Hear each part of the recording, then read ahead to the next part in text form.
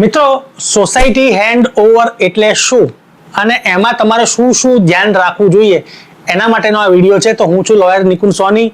Real estate, society, RERA અને redevelopment એ બાબતના હું વિડીયો બનાવતો હોઉં છું. બીજા કાયદાઓ અને બીજા જે ચુકાદાઓ આવે છે સુપ્રીમ કોર્ટના, હાઈકોર્ટના, એ બધા ચુકાદા વિશે હું માહિતગાર કરી અને તમને હું કાયદા વિશે જાણકારી આપતો હોઉં છું. તો આશા રાખું છું કે સોસાયટી હેન્ડ ઓવરનો વિડીયો તમને ખૂબ જ ઉપયોગી નીવડશે અને તમે લાગતા વળગતા લોકોને આગળ મોકલજો અને મને ફોલો કરવાનું, લાઈક કરવાનું, સબસ્ક્રાઇબ કરવાનું ભૂલતા નહીં. તો સૌથી પહેલા આ લોંગ વિડીયો છે એટલે તમને હું જણાવું કે સોસાયટી હેન્ડ ઓવર એટલે શું. તો સોસાયટી હેન્ડ ઓવર એટલે શું? એટલે એક એવો સબ્જેક્ટ છે કે બિલ્ડર છે એ જમીન ખરીદી અને ડેવલપમેન્ટ કરે, બિલ્ડિંગ બનાવે. રહેણાંક હોય કે કોમર્શિયલ હોય કે બંગલાની સ્કીમ હોય કે કોઈ પણ રીતની સ્કીમ હોય, એક વખત બિલ્ડિંગ બની જાય અને એનું કમ્પ્લાયન્સ સર્ટિફિકેટ આવી જાય, એનું કમ્પ્લીશન સર્ટિફિકેટ આવી જાય, બિલ્ડિંગ યુઝ પરમિશન આવી જાય. એટલે કે તમે આ બિલ્ડિંગ છે, બિલ્ડિંગ યુઝ પરમિશન એટલે શું?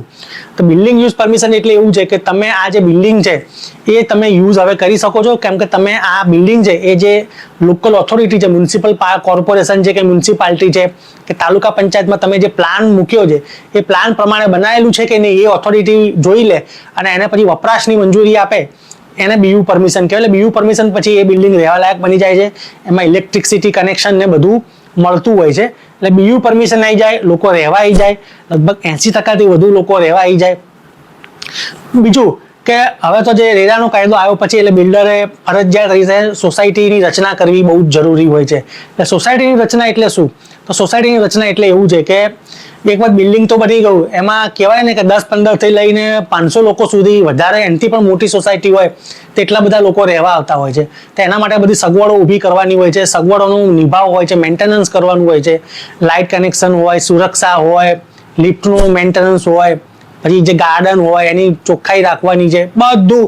એટલે કહેવાય ને કે આખી સોસાયટી મેન્ટેન કેવી રીતે કરવી એ પણ એક જવાબદારી આવે છે. તે જવાબદારી નિભાવવા માટે બિલ્ડરે આપણે રાજ્ય સરકારના જે જિલ્લા રજિસ્ટ્રારની ઓફિસ હોય છે, હાઉસિંગના જિલ્લા રજિસ્ટ્રાર, એમાં સર્વિસ સોસાયટી તરીકે રજિસ્ટ્રેશન કરવાનું હોય છે.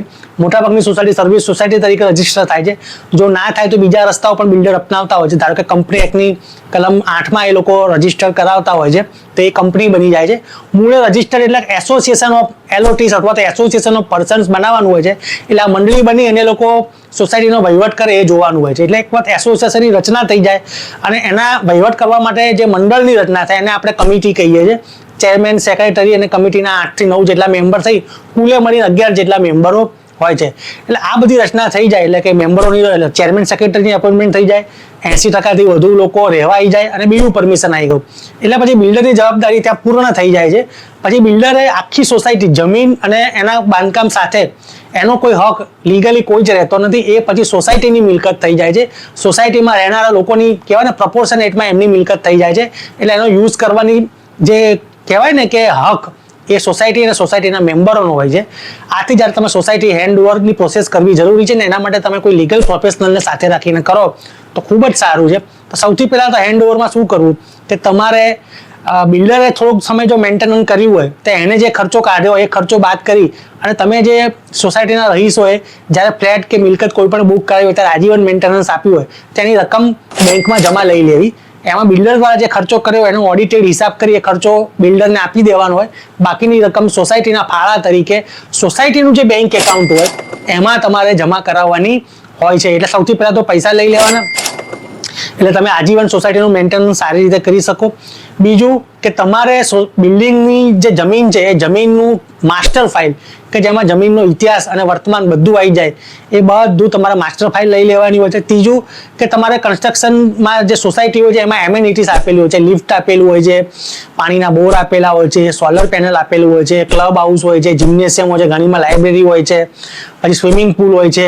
એ બધા જે એમેનિટીઝ આપેલી હોય, કોઈ સ્પોર્ટ્સના ટ્રેક આપેલો હોય, કોઈ ક્રિકેટની પીચ આપેલી હોય, બેડમિન્ટનનું આપેલું હોય, પછી ટેનિસ કોર્ટ આપેલું છે, બધી જે પણ એમ્યુનિટીઝ હોય એના સાધનોની યાદી ને બધું તમારે એની જોડેથી લઈ લેવું જોઈએ. અને કન્સ્ટ્રક્શન બાબતમાં જે પણ સરકારી ઓથોરિટીમાંથી એ લોકોએ મંજૂરી લીધી હોય, કોમ્પ્લાયન્સ કરાવે એના જે સર્ટિફિકેટ હોય, પ્લસ જેટલી વસ્તુઓ છે, મોંઘી વસ્તુઓનો વપરાશ થયો છે બધાનું વોરંટી કાર્ડ, ખાસ કરીને લિફ્ટ અને સોલર પેનલના વોરંટી કાર્ડ ને બધું તમારે લઈ લેવું જોઈએ. અને આનો પ્રોપર એક કરાર થાય છે. એ કરારના આધારે તમારે બિલ્ડરે સહી કરવાની હોય, સોસાયટી ચેરમેન સેક્રેટરીની કમિટી સહી કરતા હોય છે અને કરારના આધારે તમારે એનું હેન્ડ ઓવર લઈ અને તમામ ઓરિજિનલ દસ્તાવેજો લઈ લેવાનો તમારે આગ્રહ રાખવા જોઈએ. આશા રાખું છું કે તમને આ વિડીયો ગમ્યો હશે અને જો તમારે પણ સોસાયટી હેન્ડ ઓવર કરવી હોય તો તમે તમારા લીગલ પ્રોફેશનલની સલાહ લઈ અને આગળ વધી શકો છો. તમે મારો પણ સંપર્ક કરી શકો છો અને જિંદગીભરનું આ એક વખત કાર્યવાહી કરવાની છે, જિંદગીભરની શાંતિ છે, એટલે બને ત્યાં સુધી આ કાર્યવાહી લીગલી કરીને પછી જ આગળ વધવું જોઈએ. આવજો.